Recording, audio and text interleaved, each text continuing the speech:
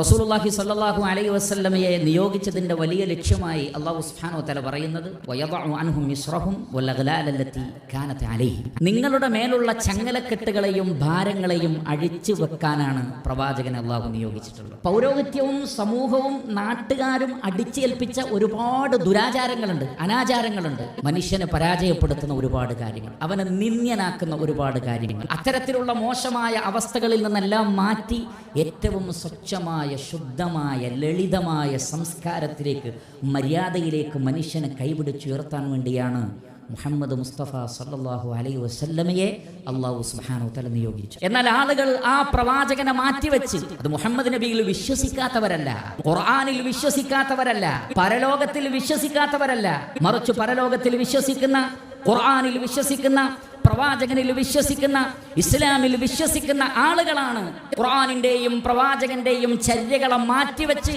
പിശാചുക്കളുടെ കാൽപാദങ്ങളെ പിൻപറ്റുന്നത്. ഇന്നൽ മുബദ്ദിരീന കാനൂ ഇഖ്വാന ശയാതീൻ. ദൂർത്തടിക്കുന്ന ആളുകളും പൊങ്ങച്ചക്കാരും സുന്നത്തിന് വിപരീതമായി പ്രവർത്തിക്കുന്ന ആളുകൾ അവരെല്ലാം തന്നെ പിശാചിന്റെ കൂട്ടുകാരാകുന്നു. പിശാചു മനുഷ്യനെ വഞ്ചിച്ച് കളയുന്നവനുമാകുന്നു. പിശാചിന്റെ വഞ്ചനയിലാണ് ആളുകൾ ഉള്ളത്. മനുഷ്യരിലും ജിന്നുകളിലും പെട്ട പിശാചുക്കൾ ഓതിക്കൊടുക്കുന്നതിനെയാണ് അവർ പിന്തുടരുന്നത്.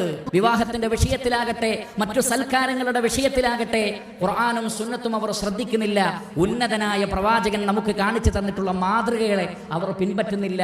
എന്തിനേറെ വീട്ടിലുള്ള കാരണവന്മാരായ അൽ ബറക്കത്തു മഅ അകാബിരിക്കും, ബറക്കത്ത് എന്നത് നിങ്ങളുടെ കൂട്ടത്തിലെ മുതിർന്ന പക്വതയുള്ള ആളുകളുടെ കൂടെയാണ് എന്നാണ് പ്രവാചകൻ പഠിപ്പിച്ചത്.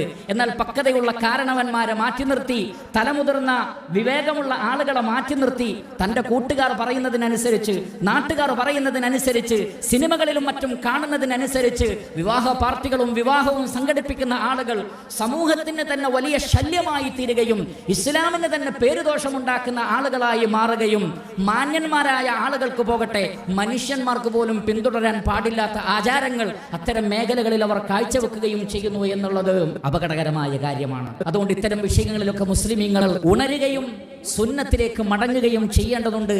എങ്കിലേ ഇഹത്തിലും പരത്തിലും വിജയിക്കുവാൻ സാധിക്കുകയുള്ളൂ, വിവാഹത്തിന്റെ ലക്ഷ്യം പൂർത്തീകരിക്കപ്പെടാനും സാധിക്കുകയുള്ളൂ എന്ന് നമ്മൾ മനസ്സിലാക്കുക. അല്ലാഹു സുബ്ഹാനഹു വ തആല നാം ഏവരെയും അനുഗ്രഹിക്കുമാറാകട്ടെ.